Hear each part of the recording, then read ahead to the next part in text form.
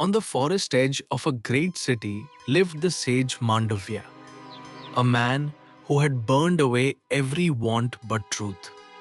His hermitage was a hut of leaves under old trees, his wealth a mat and a water pot, his days one long unbroken attention to the divine. Trouble had no reason ever to visit such a place. It came anyway, one afternoon, while the sage sat in meditation deep as a well. Running feet broke through the woods. Robbers, with the king's officers close behind them. The fugitives saw the quiet ashram and made their choice in a heartbeat. What better hiding place than a holy man's home? They dumped their stolen goods in a corner of the hut and scattered into the shadows, breath held. And through all of it, the pounding feet, the whispers, the clatter of loot, Mandavya sat exactly as before, eyes closed, hearing nothing.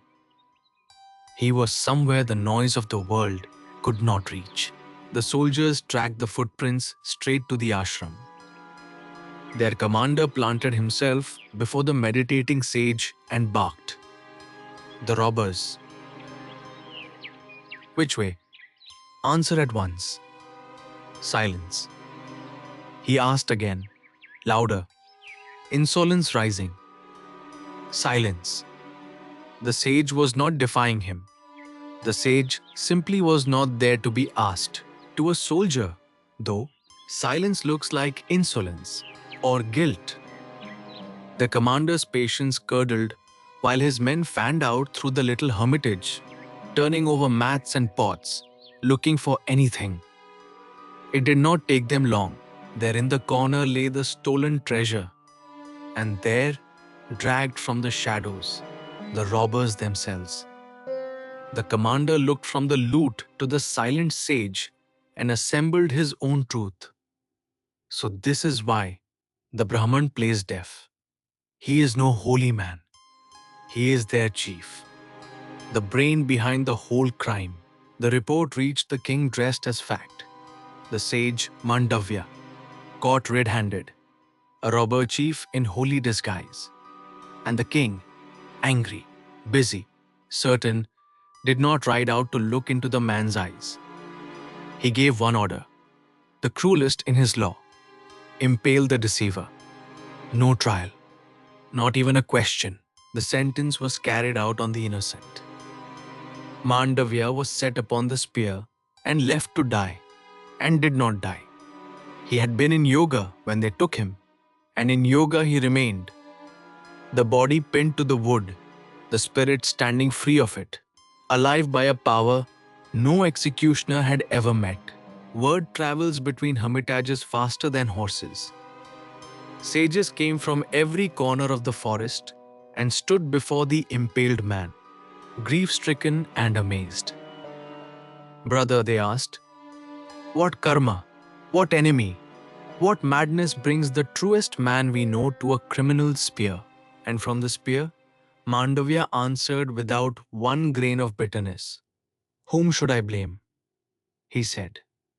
The king's men guard the world. They have judged me fit for this. That was all.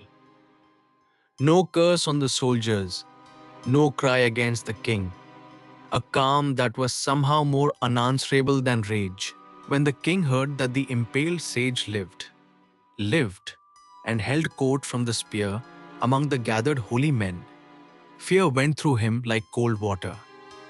He rushed to the forest, had Mandavya taken down with his own orders, and fell at the sage's feet. Forgive me. I struck without knowing what I struck. Mandavya forgave the trembling king. Men err, and this man had at least come to kneel. But one account was still open, and it wasn't with any mortal. The sage turned his steps beyond this world altogether, to the court of Dharma himself, the God who dispenses justice, to ask the question burning in him. He stood before the throne of justice and asked it plainly. What crime of mine deserved the spear? And Dharma, who knew exactly how much power stood in front of him, answered with care, O sage, as a deed is sown, so it fruits, however small. Once you tormented birds and bees.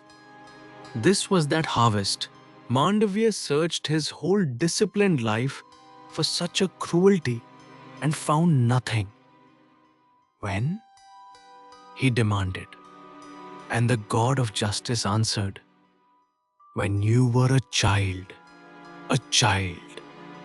The sage went very still, and in that stillness, something in the order of the three worlds was about to be corrected. Then hear my judgment on the judge, said Mandavya. To torture a man on the spear for a child's ignorant play, that is not justice. That is justice grown blind. For this excess, be born a mortal and learn what human life weighs. And the sage's curse fell on Dharma himself, and even the god of law bowed to it. So it came to pass that Dharma, god of justice, took human birth in Hastinpura as the son of a serving maid of Ambalika, queen of Vichitravirya. They named the child Vidura. Born below the throne, he would spend his life advising.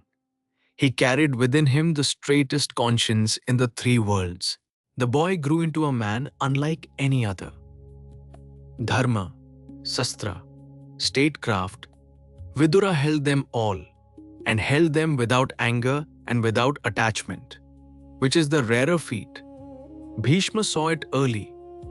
While Vidura was still in his teens, the grandsire made him chief counselor to King Dhritarashtra himself. Vyasa the poet says it without hedging. In virtue and in knowledge, no one in the three worlds equaled Vidura. For decades, this incarnation of justice stood at the blind king's shoulder, telling him, always gently, always exactly, the one thing kings least like to hear, the truth.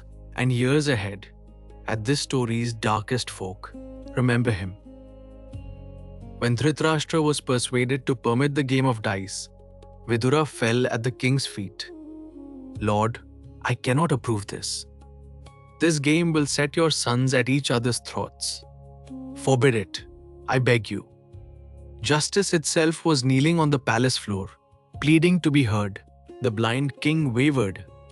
He even told Duryodhan that wise Vidura foresaw hatred that would consume them all. But fondness for his son outweighed the counsel of a god, and the invitation to the dice went out to Yudhishthir all the same. Remember this, when that day comes, the one man who saw the whole ruin coming was the one man no one obeyed.